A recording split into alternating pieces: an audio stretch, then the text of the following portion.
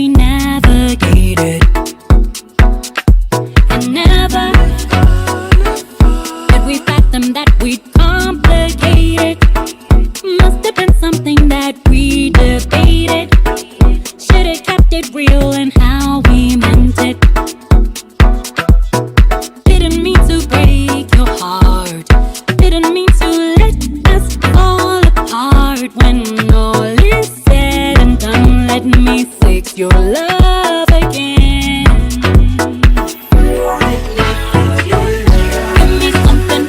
Give me something that I can love again, love again. If there's nothing, promise I can fix your love again, love again. Give me something that I can love again, love again. If there's nothing, promise I can fix your love again, love again. Remember when it used to be that love was simpler. Each and every touch was full of splendor. Before it shifted, left us sitting tired. I can't explain it. No, how did our love get so tainted? Somehow your heart became abrasive, my words became abrasive. I wanna take it back to basics. I never meant to break your heart. I never meant to tear your world apart. When all is said and done, let me fix your love again.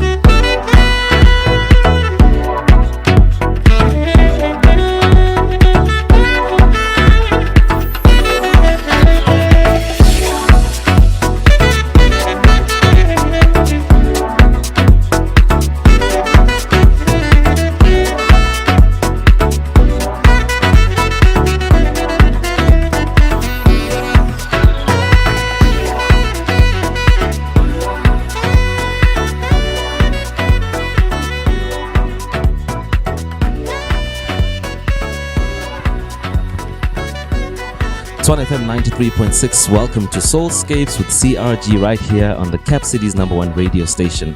And today I took a trip because I needed to take this trip. If you've heard of go-go music, or if you haven't heard of go-go music or Ralf, where have you been? Today we decided let's visit the man in the comfort of his home, in the comfort of his studio. Thanks, Ralf, for welcoming us here. How are you doing? I'm great. Thank you very much for another interview, and this time with a little twist, because not at the radio. You saved me the drive to Pretoria. Oh yes. By coming here, and welcome to my home. Thank you my very studio. much, man. It's so beautiful in here. I mean, you're running so many gadgets. Yeah, I am dumbfounded. So much percussion, so many percussions. Do you play all these things? I'm a collector, you know.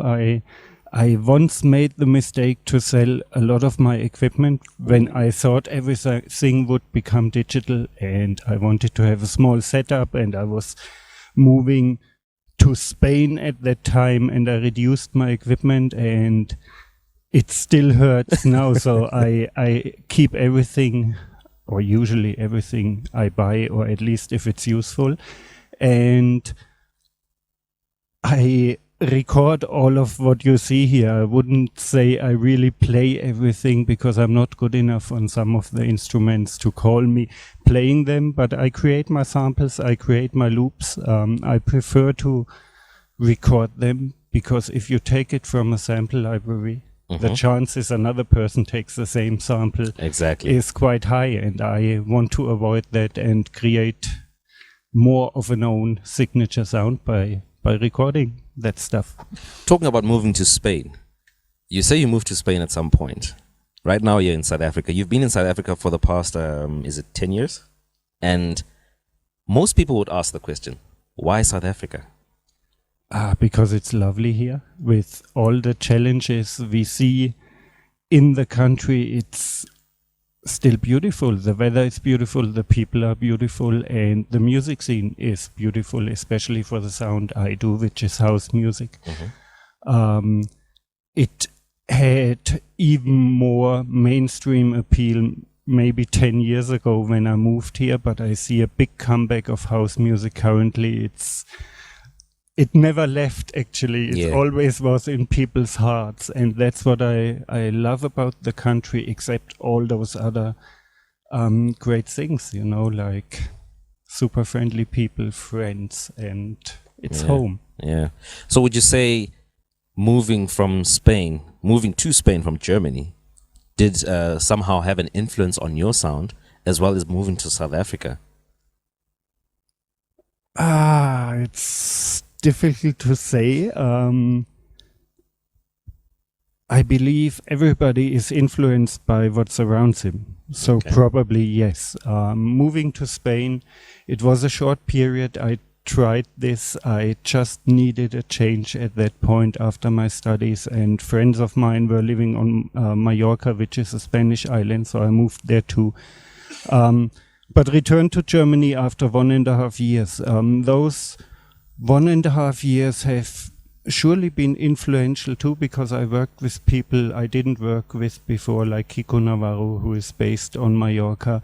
And so yes, there are always influences, but still I think the music I do mainly comes out of me and out of my heart, and obviously I'm influenced, but still it's kind of what comes out of me at the same time. Beautiful. So when do you say the music bug bit you, and when did you realize that it bit you? Early teenage years. I always loved to listen to music on radio. And at some point, maybe when I was 13, 14, I realized there's so much music, so much more music out there than what you would hear on German radio. Yeah. It was the time we had the possibility of getting the first satellite radio from the UK and so forth. And I realized there's funk, there's disco, there's soul. There was so much music to explore. And I just wanted to explore and started going to record shops, digging for that music you wouldn't necessarily get through mainstream media. All right. And yeah, kept on collecting music, and at some point I wanted to play that music to other people, which makes you become a DJ. Okay. And when I started out as a DJ, there was he became a friend of mine, another person in my hometown, who had a studio and who was loving the same kind of music. And so he found a like-minded person and said, "We love the same music. I have a studio. Don't you want to see how to do that music?" Oh, okay. And when that happened, I knew it. And you how, know, that's how what old were I you then? want to do. How old were you then when that happened? That happened maybe when I was 19, 20. Okay. And immediately I started saving up for own equipment because I knew that's something I want to be able to do anytime, and I knew it's something I didn't know where it will lead me yet. You Okay. know, you start out because it fascinates you, and I just kept going. So tell me about that first time when you encountered that friend of yours. You went into his studio. When you left his studio, what was that feeling? A very mixed feeling, because the first time you see a sampler or a keyboard in your life and you don't really know how it functions, you leave with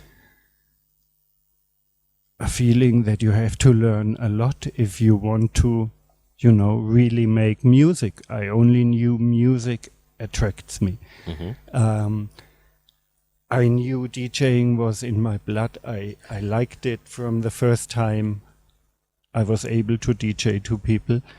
And I had the same feeling about equipment. It was like, I don't know much, but I want to know. So, I started collecting and working on that knowledge. Most is self-taught. My friend helped a lot in the beginning. Unfortunately, he passed on very early. He was a bit older than me, and he passed when he was 31. Just maybe when we've been working for 3 years or knowing each other for 3 years and working a bit together. And from then onwards, I needed to self-teach myself again, because as well on that small village close to a small town in Germany, there was nobody else who could have taught me, So many people would ask, when we know that Ralf comes from Germany, we always think the big cities, Munich, Düsseldorf is a small town, right? Middle size, right? Where exactly are you from in Germany? I'm from a village called Thüngen, which is next to a smaller city called Würzburg. Okay. And Würzburg, again, the next bigger town would be Frankfurt, which is about 1 hour by car. Right. So before you've been 18 there, you hardly had the chance to get there. Once you were able to drive, you could, get there. And as well, obviously, Frankfurt at that time, when I was able to go to clubs, 18, 20, 22, that age, was mainly known for techno. All right. We had some of the most famous, techno stars of the time. Sven Feth still is very popular and known in that scene. So house wasn't really represented. I mainly went to those clubs, and it was a big influence, and I loved techno for a certain time. Okay. But I realized there's something missing for me. There's some soul missing. There's some message in the music missing. You know, some singers who tell you a story. And therefore I moved on to house, and the scene got a bit better some years later, mid of the 90s. Finally house reached Germany too, thanks to the work of different people who were into it and who pushed it. It's always if the artists and DJs don't make it happen, it will not happen. happen. So this is Tshwane FM 93.6. We're still chatting to Mr. Ralf Gum here. We're going to be with him for a bit of some time in his studio. Man, I was so amazed when I saw the studio. I've seen it before on Instagram, on Twitter, just a little piece of this and that. But when I got in here, I was so amazed. I was like, geez, can I come and visit every week? That's the first thing I thought. And I'm like a child in a candy store. But in any case, if you want to be seeing this, you can check it out on facebook.com/Cap City's #1 radio station. And if you're listening on 93.6, don't worry, it's going to be still up on Facebook, but only snippets of it. So you better check out the YouTube channels, the Basement Music RSA page, as well as my personal page. So check out CRG_Soulscapes. You'll check out what we are getting up to here in Ralf Gum's studio, just chatting about his journey all the way from go-go music, the way it began, all the way to where it is right now. Track 100 release, right? 100 release. Man, that's a crazy milestone. We're going to get to that one in a minute. But I want to know right now is, who were your first influences when it comes to techno that then drove you to house after that? It was mainly some records I found in record stores. Like end of the 80s, there were compilation series which finally made its way to Germany too, which was called Chicago House Samplers and Acid House Samplers.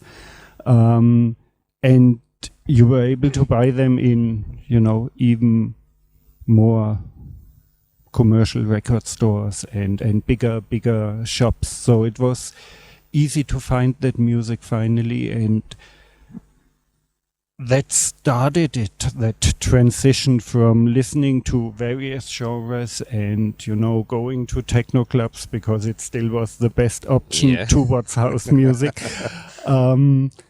And I've been lucky that I could travel to New York in 1991 or 2, I'm not sure. So tell me about that travel to New York. Sorry to butt in. Was it music related? It was a wish to go there because I knew the music is happening there, and I saved up, and I don't know. Yeah, at some point I've been able to go. I think I finished school with a good note, or I started my studies, and my parents helped me to afford that holiday. And that kind of really made me sure about house music, because I was able to listen to all those people we still know as legends, like Louis Vega had a Wednesday at Sound Factory Bar, Danny Tenaglia at Sound Factory on Friday, and all those names you would know now, Spinner, started their careers, and it has been a huge thing, and it was the first time I could listen to house music from beginning to end of the night without interruption. And I felt, yes, that's the journey I feel, because, the house music bug really bite. I can just imagine how you felt that time, just like how I felt when I walked in here, seeing all these instruments around. Yeah, you come as a teenager and you see, you see, not teenager anymore, but as a young person, and you see the glorious nightlife of New York with exactly the sound you want to hear. Yeah. That was, I think, the final nail I needed to know house music is really in you. What is in me and what I really feel. And I came back from that trip and just continued with more strength to push what I wanted to push. Finally got residencies where I could play my music, and so forth. And from there onwards, the journey began. All right. So now when you talk about the journey beginning, let's talk about the first record label you worked for, the first record you released. How was the process of working on that? What was the record? And, how did you feel about it afterwards when you released it? So the very first things I did wasn't me alone, but was with that friend, and eventually actually a third person, that friend who owned a studio. And, none of us was a great musician at that time, I would say, but we knew how to get something together and had some tracks. And part of that New York trip was actually looking if we can't find a label, because at that time there was no real soulful deep house label existing in Germany. So you were naturally looking at the United States, which is as well where a lot of music for the South African compilations came at that time. If you look back at DJ Fresh and so forth. So luckily we found a label which released, I think in 1993, our first EP. It was on New Generation Records, and the feeling was amazing. They promised us the world. They said we could sell millions, and we didn't, obviously. And we never made money out of it, but it's cool because we had a release on an American label as German young upcoming boys who just started kind of DJing and producing. And of course we celebrated that. So when it comes to that, you've released the song, you've been promised millions, and you've got this fire that's burning in you, but those millions don't come. Don't you get to a point of despondency and thinking, no, maybe this, having some doubts, maybe this is not for me? Yeah, you have challenges and you need to learn along the way, you know. If the fire in you is big enough, one or two disappointments will not stop you from doing what you want to do. And there always will be setbacks, and as well, part of growing your career is becoming realistic and knowing what you can achieve and what you probably might not achieve. You still can try to, you know, push those borders further and go further. But no, it wouldn't change me or stop me from doing house music only because one time a payment didn't come in or I had more expectations. The love for music is too much. Yeah. Tshwane FM 93.6. You're still tuned into Soulscapes with CRG. When we come back after the break, we will go into the first release of Go-Go Music.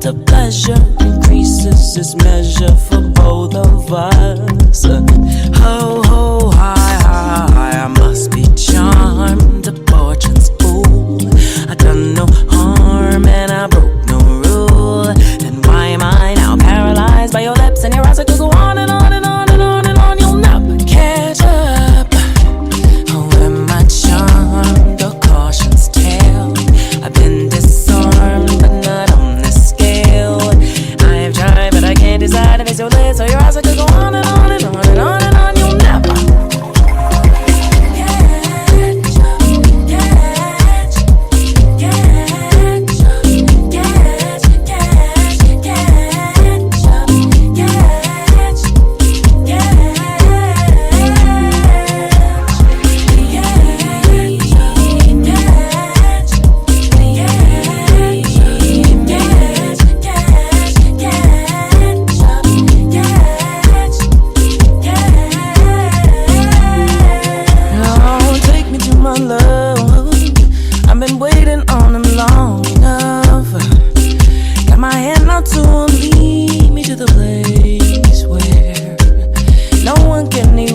place that we weren't there.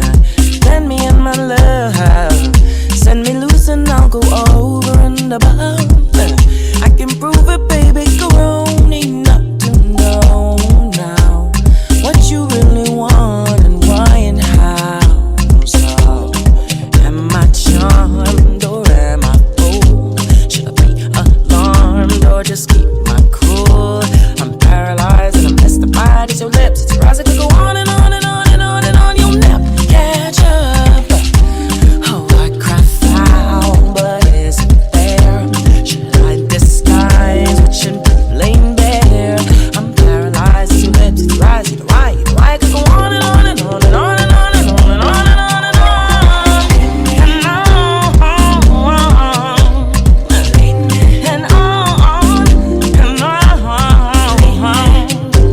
I want you to leave me.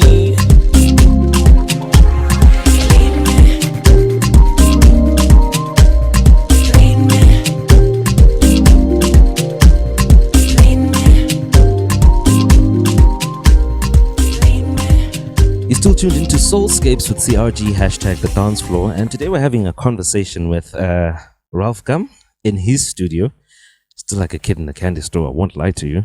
So if you're not checking us out, if you're listening on radio 93.6, switch over to facebook.com/CapCities1 or /Soulscapes with CRG. Even the third option, Basement Music RSA. I mean, we're all on all these platforms. Basement Music is going to broadcast everything on YouTube. So the songs in full on all channels, except Facebook. You know, Facebook is, they can be funny sometimes. So even though we're with the owner of the songs, but they won't want us to broadcast those. So now we've been talking about your journey in music. Let's take it forward and now talk about go-go music. How was it formed? What spurred you to actually start the label? I know in the beginning you were promised millions with that other label. You released your song, you're so happy. But then what was that turning point where you thought, no, let me form a record label and call it go-go music? I mentioned earlier when I started releasing, there hasn't been any house labels in Germany, which changed in the 90s, but I still felt there's a real soulful label lacking, excuse me, which really focuses on that sound and which pushes that sound in Germany. And as well, I wanted to have my own platform where I'm not controlled by other A&R people of labels who might tell you to change certain things in your productions to make it more whatever. And yeah, I just felt, after having released on most German and some international top labels, it's time to create that platform and do it. Try to really create it for the love of soulful house music and keep that spirit no matter what. That was the intention. And I decided to do so in 2001, which was the same year I moved to Spain. So the first releases on the label have been produced in Spain. The first release was actually together with a friend who was living there for a while when I moved there, and DJ'd at different venues and produced his own stuff too. So we teamed up for the first release. And I only stayed in Spain for 1.5 years. Like I said, when I moved back, I kept on doing the same thing. It still was the vinyl area. All right. Before everything went digital, so it was much harder to get recognition and as well financially more difficult. You had to send vinyls to other DJs, in other countries because you couldn't send an email with the promo at that time.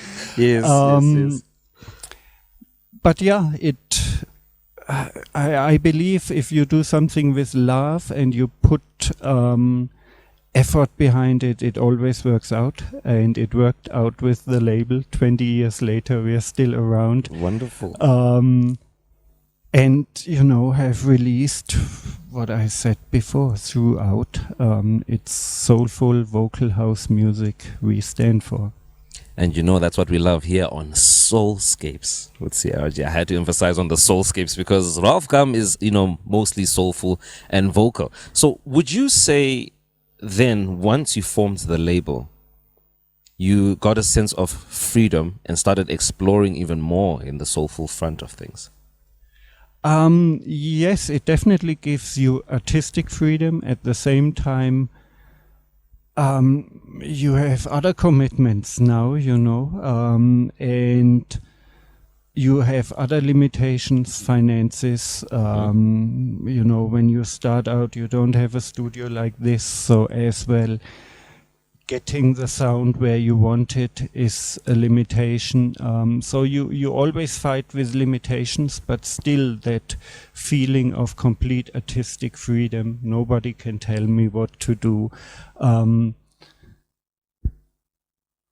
Overweight everything else. Nice.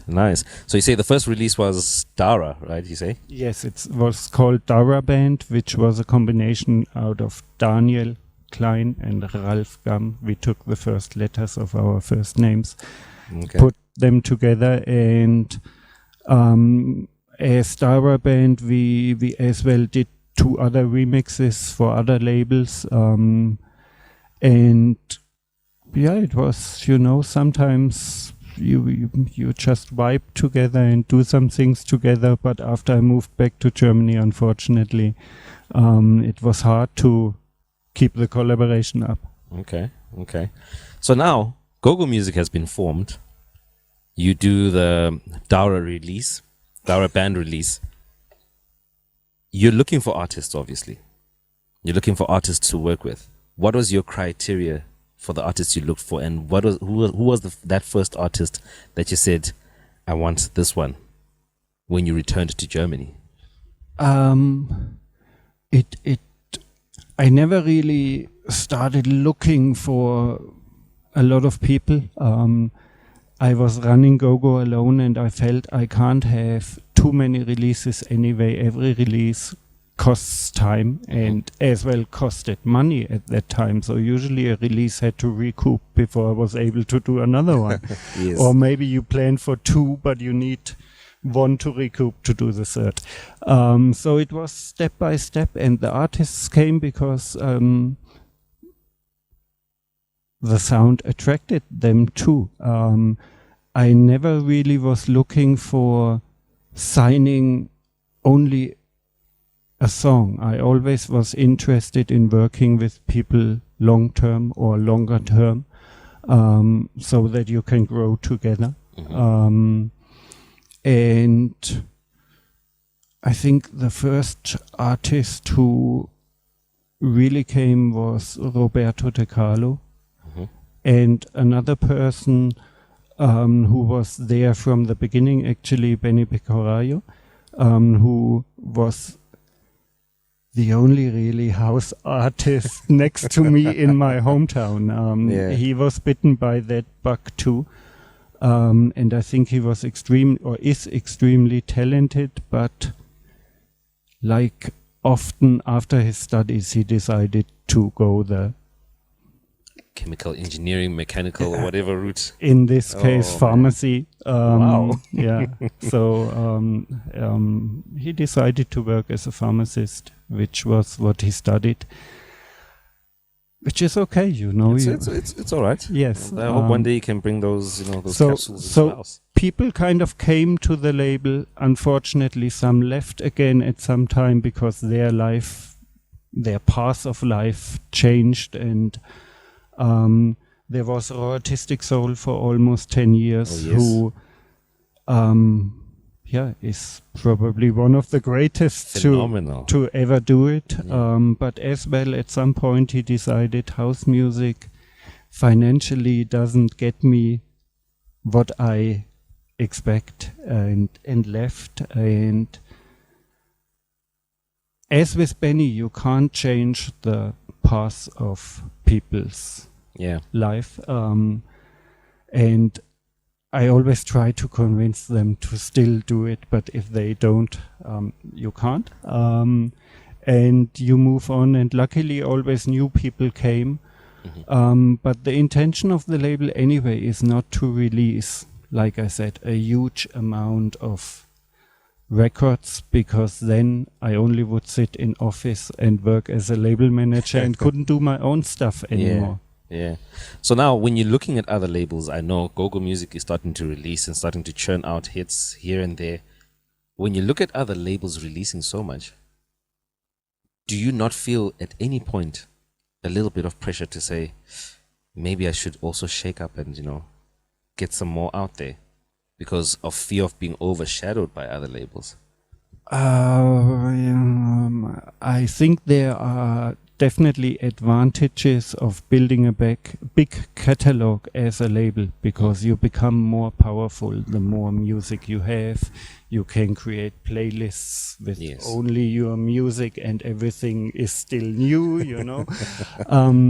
and so there is value in creating a big catalog if it's your business model. Yes.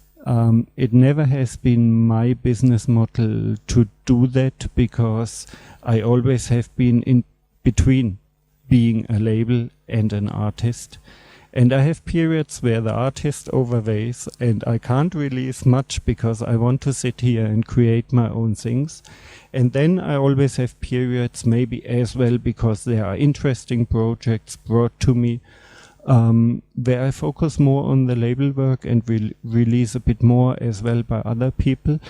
But yeah, it for me it was a life decision to not go that way and being that label who releases at least once a week or sometimes even more than one record a week. Yeah. I know Defected and let's say Nervous Records, for example, do like 3 or 4 releases a week. So if you don't have a big team who creates all those tools you need these days for a release, you need a cover, you need social media artworks, you need social media videos, you need a lot of content for every release. How should I manage that on my own without making it a full-time job, which is not the intention? Then you lose the artist Ralf Gum, True. So I decided it must be a balance between having artists on the label. I don't want to use it only solely for me. I think it would become boring if it's only Ralf Gum. But at the same time, I don't want to release those huge amounts. Beautiful. You're still tuned into Tshwane FM 93.6. This is Soulscapes with CRG. We're hanging out in Ralph's den.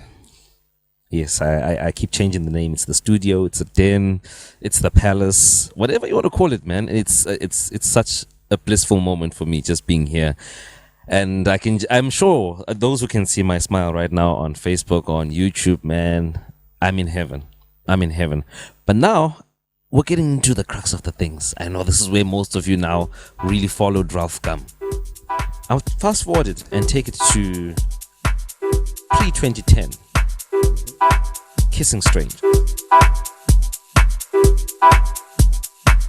Oh, then miss me. I don't know you, baby. Oh, you wanna lonely, baby. Only make me feel it. Only make me open up the bone, kiss me, yeah. Make me feel, yeah, yeah, yeah, yeah. Only when I get me, yeah, yeah.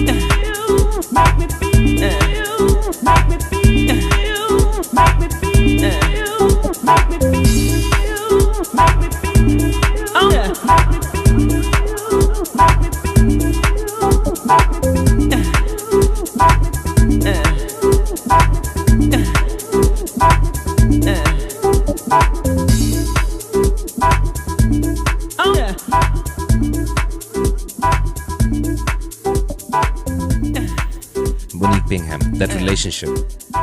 And you guys did a couple of tracks. Did you guys do a couple of tracks before that? It was Kissing Strangers first, right?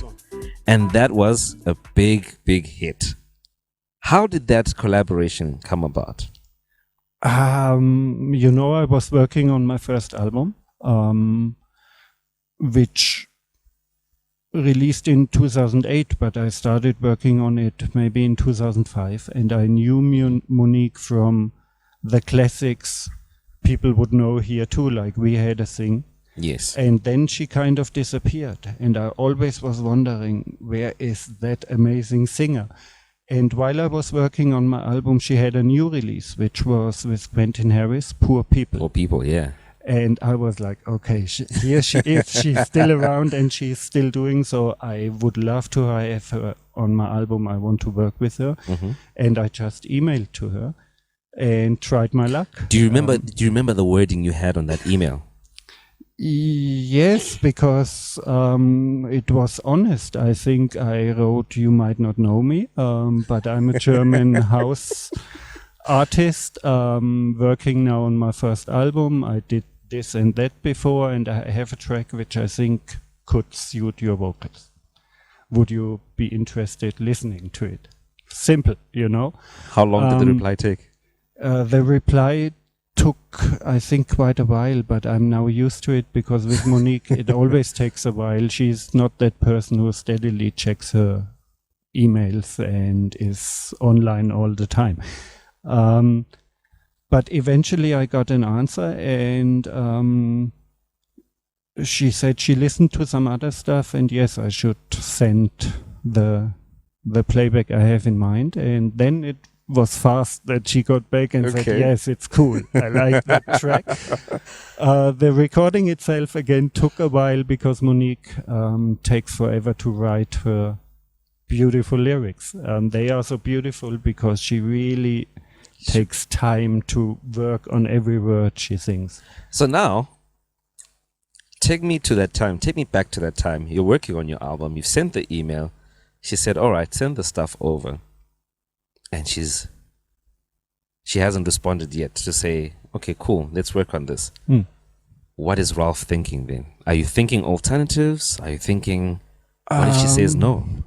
No, in general, I'm a patient person and I don't get worried too fast. But when you work on an album, you have 9 other songs you care about. You just jump to another one where you might still need a singer, or where the singer just sends vocals and you wait for an answer. It's cool. I'm sure it's sitting at the back of your mind somewhere. I mean, you wish for a positive answer, obviously. And it's not that you forgot that you're still waiting for an answer, but you can't, make it quicker, or you can't enforce it. So the best thing is to keep on doing your thing.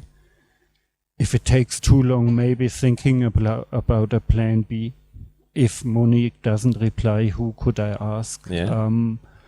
But as long as you still have a lot of work on other tracks, it's cool to wait. You just work and wait, and eventually, So you get the answer. And if you haven't, if it's the last track that needs to be finished on the album, and then you have to make a decision and maybe move on. Beautiful. So now the album comes out, right? Which track did you presume would blow up before the others? Usually I had a quite good feeling regarding all albums and which tracks could blow up. I thought, from a soulful perspective, Kissing Strangers is the strongest track on the album. That's why we made it a single quite early. And I as well was very convinced with All This Love for You, already in the original form. And when we released it as a single and Rocco did remixes for it, I knew not only my version will work well, but what Rocco did is amazing too. It was so amazing. Yes, it was so amazing. So usually I have a good feeling. I thought those two could stand out. So now they come out, Kissing Strangers, big track. All This Love for You, also a big track. And which region are you looking at it being big? Are you looking at Germany? Are you looking at Europe? Or are you also laying your eye on South Africa to say what's happening to the song that side? The knowledge or that I heard about South Africa and the scene shortly started before I released that album. Okay. But there was no attention to really focus on the market. Kissing Strangers did very well internationally. It was that year the best-selling house track of the year on Traxsource. Wow. So there wasn't a certain territory I was looking at. I was happy to have my first album done and seemingly well received in different territories, licensed it to a Japanese label who toured me in Japan that year, and luckily and finally as well received a call from South Africa, which was DJ Christos. Oh, yes.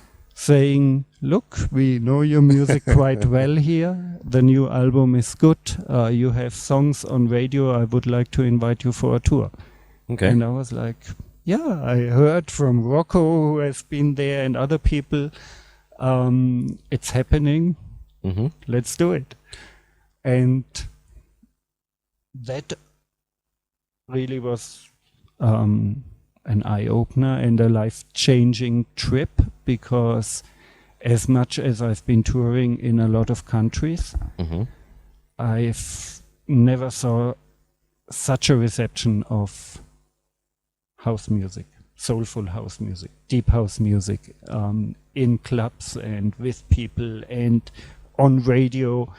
And it felt like, yeah, you come to that country you always were looking for, because people understand and feel the music you feel too. So you land in South Africa after the call from DJ Christos you received. What was the first place? Which was the first place you ever played at? It was Capital in Rosebank, Okay. which now has a different name, I think. And it was a Thursday night with Christos and Black Coffee, who played after me. All right. And then the next place? The next place was Friday, I'm not sure. Saturday, we've been to Medunza in Pretoria. Okay. An event Christos put together. And Sunday, I've been to Botswana for the first time. Wow. Yes, after Medunza, we flew for one gig to Botswana. Okay. Man, it must have been an awesome experience to just... Was it the first time you come into Africa, by the way? Yes, southern part of Africa. I've been to Morocco before, but I wouldn't really call that. But it's in It's Africa. Africa. It's in Africa. It's all Africa, I agree. So now the track has been received. You've done that tour. Was it just a weekend tour or? That only was a weekend tour. I think I arrived Wednesday and left Monday or something like this. But luckily, you know, the gigs worked well. I clicked with Christos and he re-invited me same year for more gigs during December. And we as well went to Swaziland for, which was back then a legendary crossover, the 24 hours. And the following year I was invited to as well be part of the Southern African Music Conference as a speaker, and I did a production workshop, and so the connection became more and more. So I'm sure now when you're doing these workshops, you're doing these gigs, what was your thinking when you look back and say, this is where I began and now this is where I'm at? What's the next step? What are you thinking now in terms of how do I take my music forward? The first album's out, received well. Is there pressure for a second one now? I didn't really feel pressure. I felt like the album did good things for me. So I want to release another one, hoping it will do well in some kind of aspects, opening doors, enabling to travel to new countries and so forth. I was, mainly wanting to have a second one because of those thoughts, not really pressure.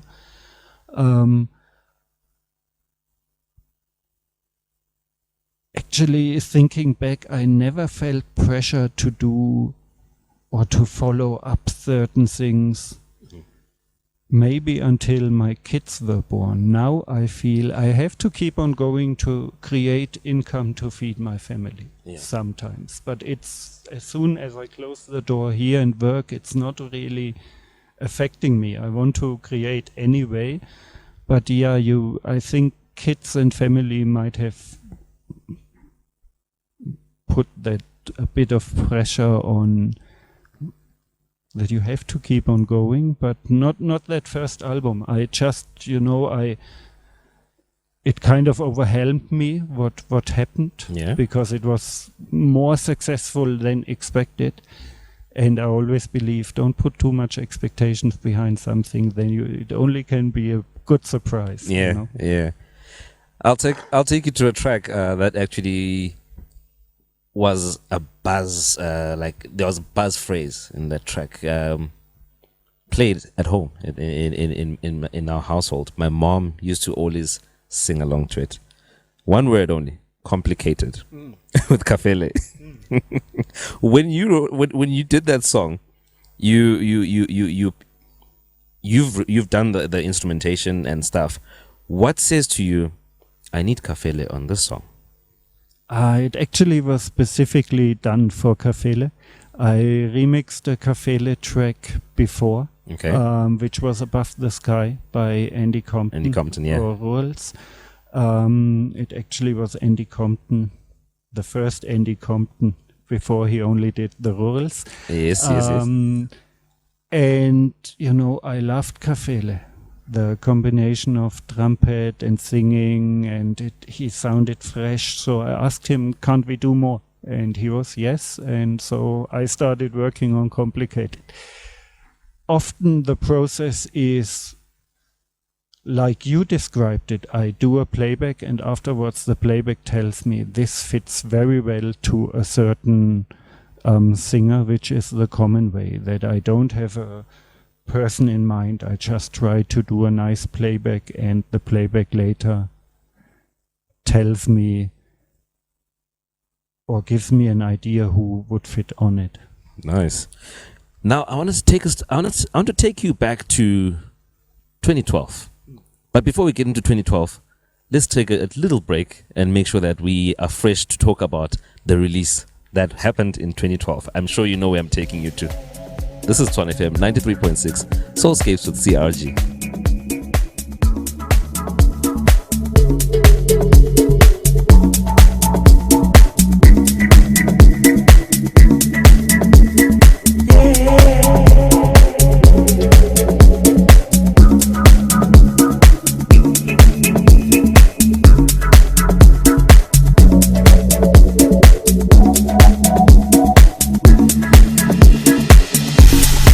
That I would never find a girl like you.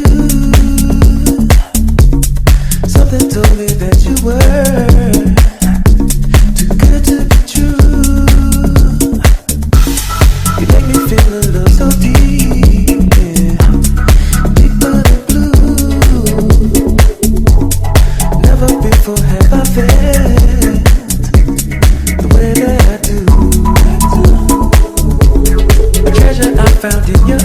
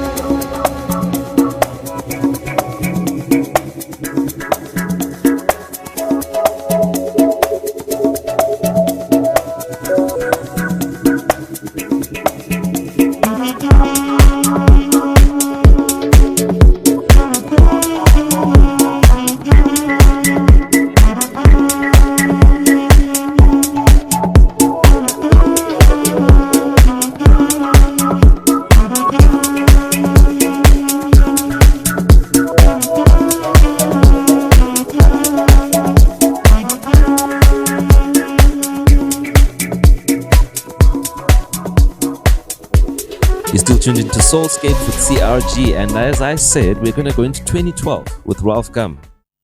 Big year. That was, man, I can't even describe it myself. Because all I remember, that's the first time I actually met you. And I was taking a friend of mine, Tendai, who actually did an interview on you for BPM magazine, together with Monique. And I was badly dressed. 2012 was my worst year in terms of dressing. But in any case, talking about dressing, you dressed the nation with beautiful music. That's when you released your album, which had Take Me to My Love, Never Leaves You. When that song came out, what was the feeling that you had? I can't even describe it. It happened so fast, and it was amazing, overwhelming, exciting, all at the same time. 2012 has been a life-changing year for me. After being booked since 2008, regular here, coming more, bringing my wife with me on those trips, we decided to move to South Africa in 2012.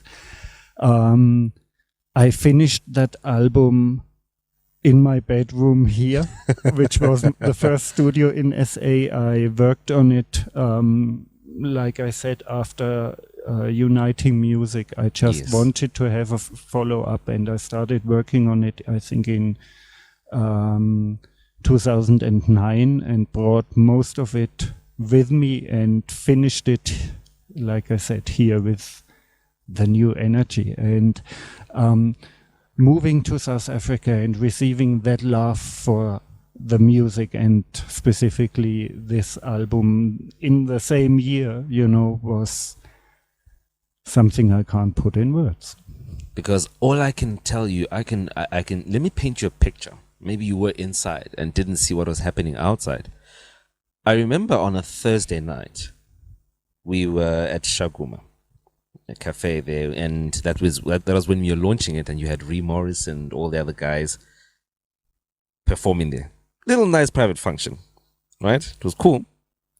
The next day, we decided we want to go to House 22 and check out Ralf, because we had seen Ralf the day before. We had sat at the table together with Tim White, and it was crazy. It was great. It was great. We're close to a living legend. The next day, I couldn't even catch sight of you, because the queue at House 22 on the outside was so crazy. If you got in, you had to be in. If you came out, you're not going out again. You're not going in again. That's how crazy it was that day. When you saw such things happening, did that reaffirm your decision to say, I've done the right thing to move to South Africa? I think it was one of the craziest parties ever. I think House 22, I never saw it that crazy like on that night. That's the only night I've seen it like that. Yes. It makes you proud, it makes you strong, but it can't affirm the decision to live in another country, because parties are only part of it. If you don't feel at home in a certain place, only filling up a club will not make you feel better or home. So it was part of that, it's all little pieces of a puzzle which came together. And I'm happy where I am now in life, and I'm happy that about the decision that I took 10 years ago to move here. Because I feel home, and I'm grateful that I was enabled to find that home here, and music is what connects us and the vehicle which enables me to be here. So it's part of it, and it's a memory which will never fade, that night at House 22, but it can't affirm the decision to move to another country, I think, alone. All right. So now we move along. Gogo Music. Gogo Music is releasing, and you're now finding different artists, meeting up with different artists in South Africa, the likes of Brayu, whom you did In the City with. and you met the likes of Ayanda Gia, and worked on some good tracks with her, as well as I forget the names, but a number of local artists. Is this you now opening up and expanding and saying you're looking for the artist, or you're getting those artists as suggestions from fellow producers around? And how are producers receiving you within South Africa at that point? I mean, what I'm really lucky with and grateful about is that the scene welcomed me here. Yes. It's nothing you naturally or automatically can expect. That you move to another country, you go into that scene and become part of it. You must be allowed to do so, and I'm grateful. South African house music and music community, welcomed me and accepted me. The collaborations, some are suggestions, some are, you hear them on another record and you think you want to work with them. Others are just dreams you want to make come true. Like, obviously I knew about Brayu long time before I moved here. He's was a world superstar, Grammy Award winner, and his tone on the trumpet always fascinated me. So it was a wish, or I wanted to make my own dream come true by working with him. And you never know if you can make it happen. Luckily, he was an open-minded person and liked the music, so it happened. Ayanda Gia, because you mentioned her, I have to be honest, I didn't know her before Sir LSG had her on his album Moving Circles, which was released in 2017. And when I mixed the album for Sir LSG, I did the final mix for him, and she just grabbed my attention and stood out on that album. I knew other singers on it, so I have to be fair, but she was like, oh wow, who is this? I need to work with her too. So it's different ways you come across artists. Now you just have to keep your ears and eyes open. Oh yes, definitely. Now I'll come to the back end of the music, the studio works, the artists that we don't see, the likes of your Bongi Mvuyanas, who are the front leaders in the songs. I see go-go music has had a certain loyalty to certain musicians, right?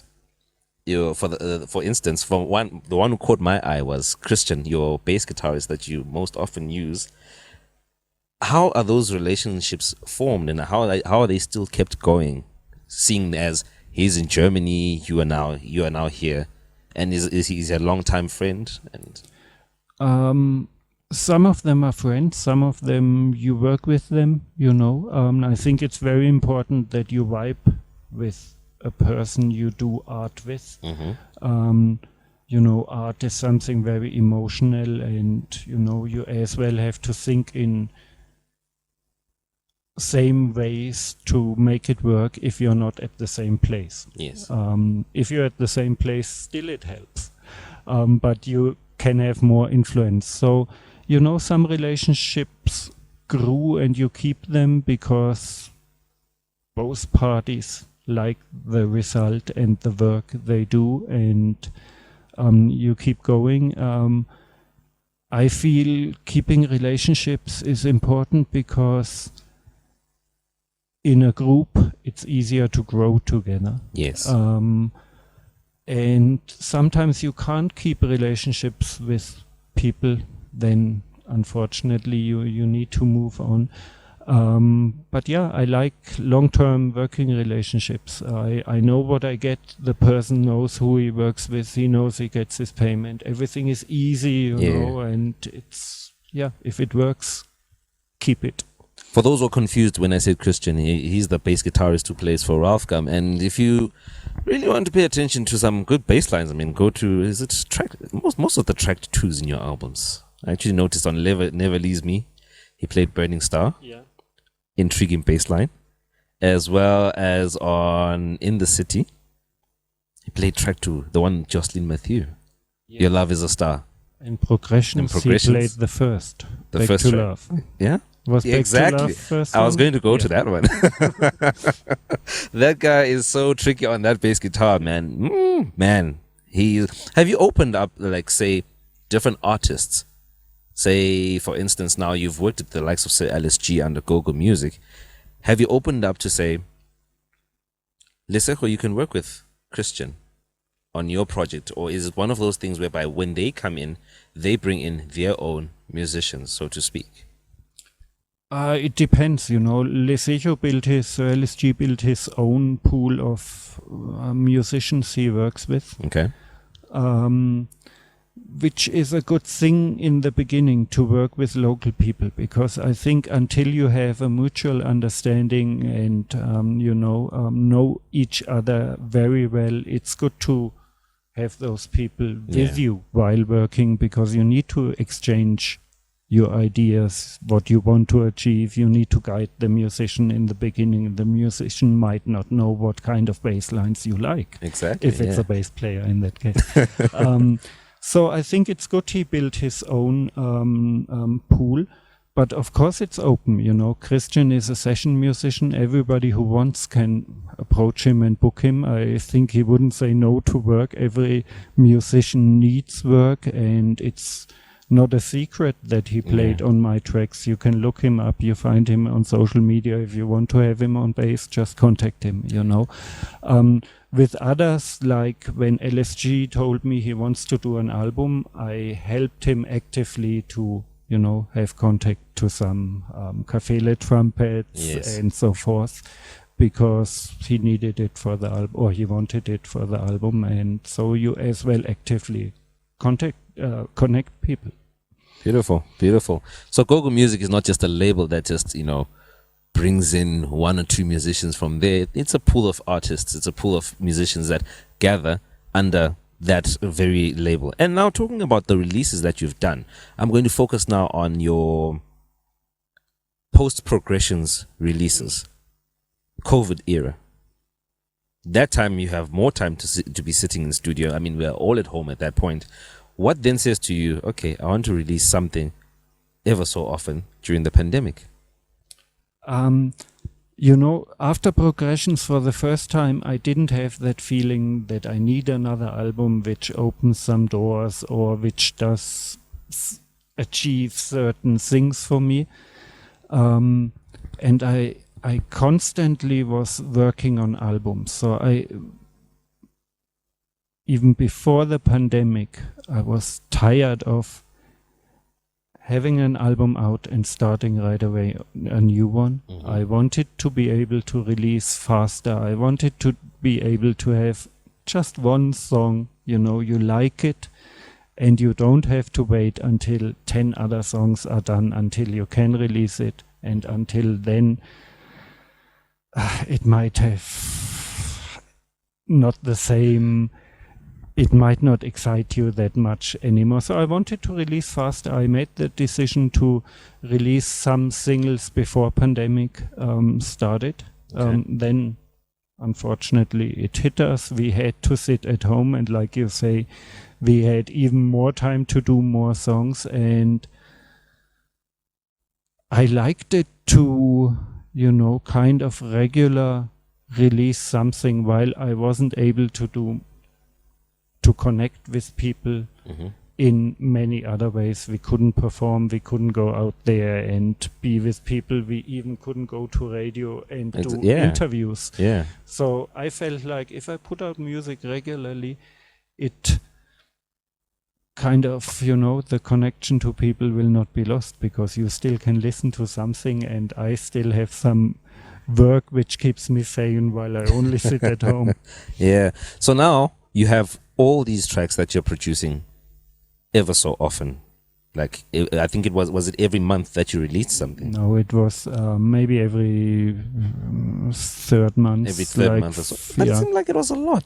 I somehow thought it was like every month, because that's when we got the the track with CEO, the track with Bongi, Soweto Gospel Choir. Yo, man, you gave us quite a lot then. So before you actually worked on those It would songs, have been, by now it would have been enough to fill an album. an album, yes. But for me, I don't know, was a logical way to fill those 2 years of pandemic and lost time. On behalf of everyone, I would say thank you for that because it kept us so sane. So when you were working on those things, had you already identified the people who you wanted to work with, or it was one of those things, spur of the moment, I'm sitting one day on a Monday, Tuesday, well, we don't even know what date it is because it's pandemic time. Let me just call Soweto Gospel Choir. Was it one of those moments, or it was pre-planned? Soweto Gospel Choir actually was an interesting story because we met flying back from London, UK, Okay. prior the pandemic, and we recognized each other when we were boarding, and one guy started talking to me, and we were chatting the whole flight actually about music and life and everything. And he had written only the chorus of Ramasedi, Yeah. and said he can imagine having that in a house context. And I said I can imagine very well recording you guys in my studio because you are amazing. So we started building the playback around that existing Ramasedi chant. Okay. And as much as pandemic has been bad for us as entertainment industry in general, it had good sides too, because the Soweto Gospel Choir is steadily touring all over the world. But now due to pandemic, they have been here, and we had finally the time to go to studio and record it.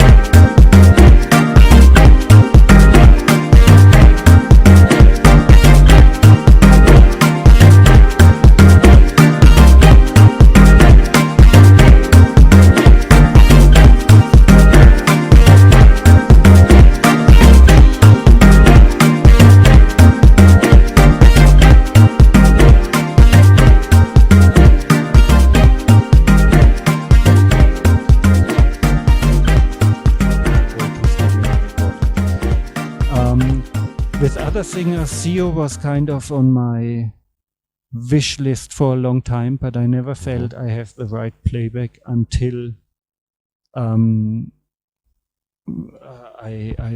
had what became the playback for Unlove You.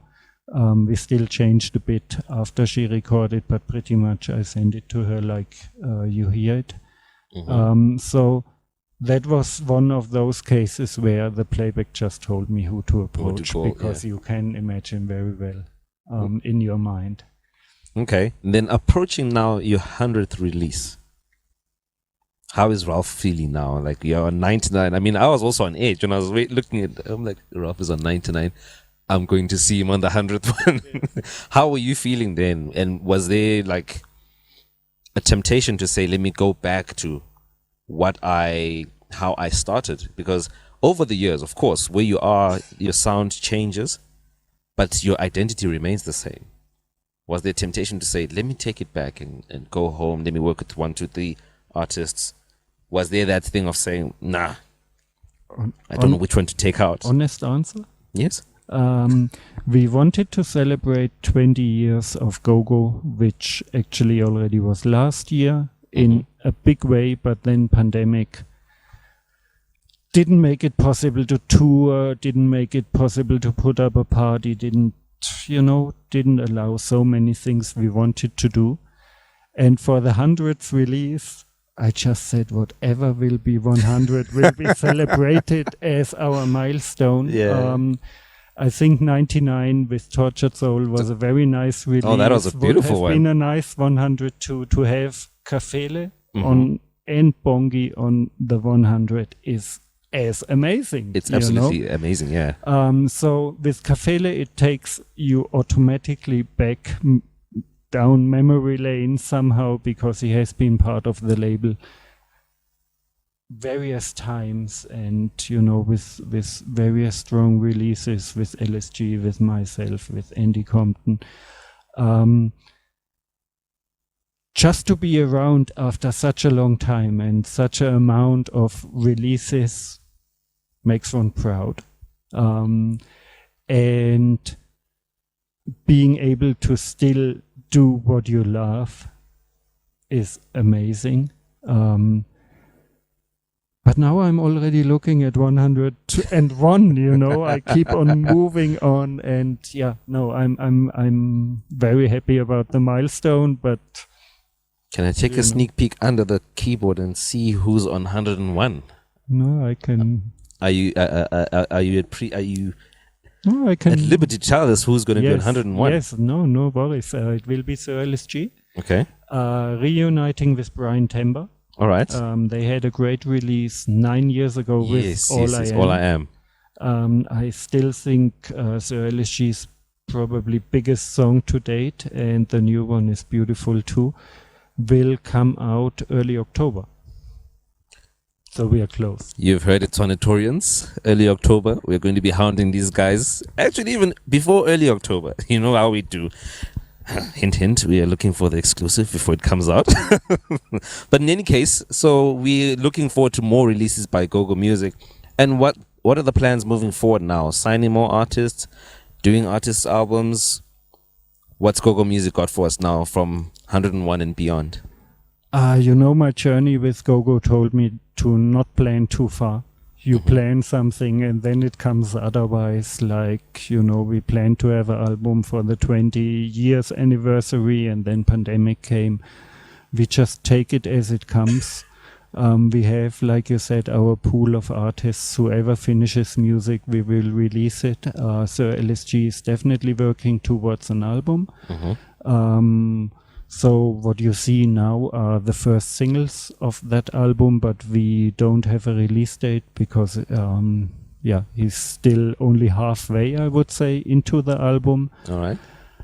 I'm slowly starting to think about another album, but will continue with some more singles for I don't know which period of time. I don't want to plan too far ahead, but I feel it inside of me that another album will come, maybe starting it next year or something. Let's see. So we just keep on working, you know. It's my daily bread to sit here if I'm not gigging and work on something. Man. What a day. I wish we had more time because there's a lot I would love to ask. Now I'm thinking Sir LSG. I'm already in October now. There's a lot I'd love to ask Ralf Gum, but we have to carry on with the music right here on the Cap Cities number 1. Do catch us every Saturday on Soulscapes with CRG, 8 p.m. till 10. And this particular edition is on YouTube, on the Basement RSA music page, one of our media partners, as well as our Facebook page, facebook.com/Soulscapes with CRG or /Cap Cities number 1. That's the Tshwane FM page. And man, Ralf, thank you very much for welcoming me into your place. I hope I can just, have a little time to just jam before I go. Yeah. We'll see, before I get chased out. Eh? Yeah, no, jam a bit, and thank you very much for having me. Thank you very much for passing by. Alrighty. And the continued support. Thank you very much, Ralf. This is Tshwane FM 93.6. Keep it tuned, keep it locked right here on the Cap Cities number 1. I'm CRG. You can catch me on CRG_Soulscapes. That's Twitter and Instagram. Also on Facebook, that's Soulscapes with CRG. More content. We always give you content, always new stuff when it comes to house, the music that we love so much. More of the soulful stuff. But in any case, hashtag the dance floor, hashtag 936 weekends. Thanks for joining us. Cheers.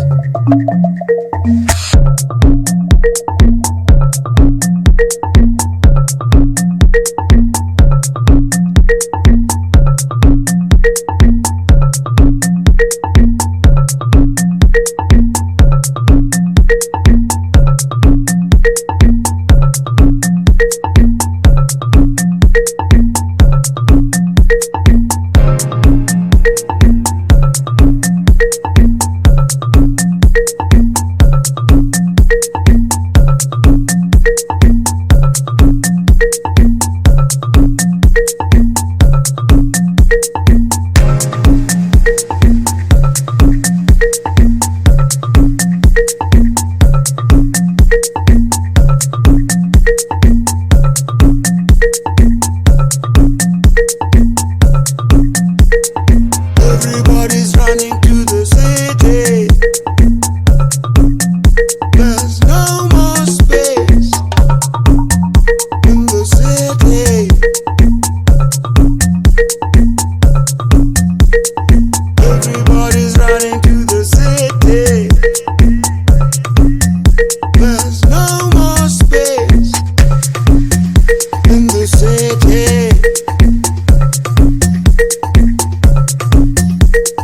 Everybody's running to the city.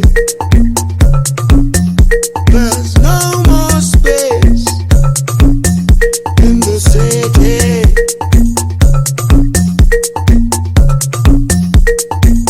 Everybody's running to the city.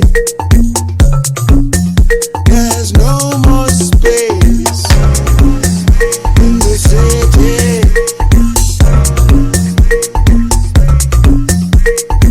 Everybody's running to the city. There's no more space in the city.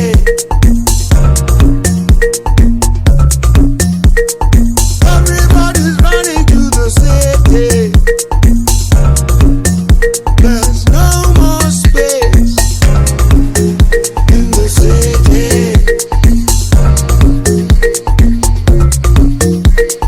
Everybody's running to the city. There's no more space in the city. Everybody's running to the city.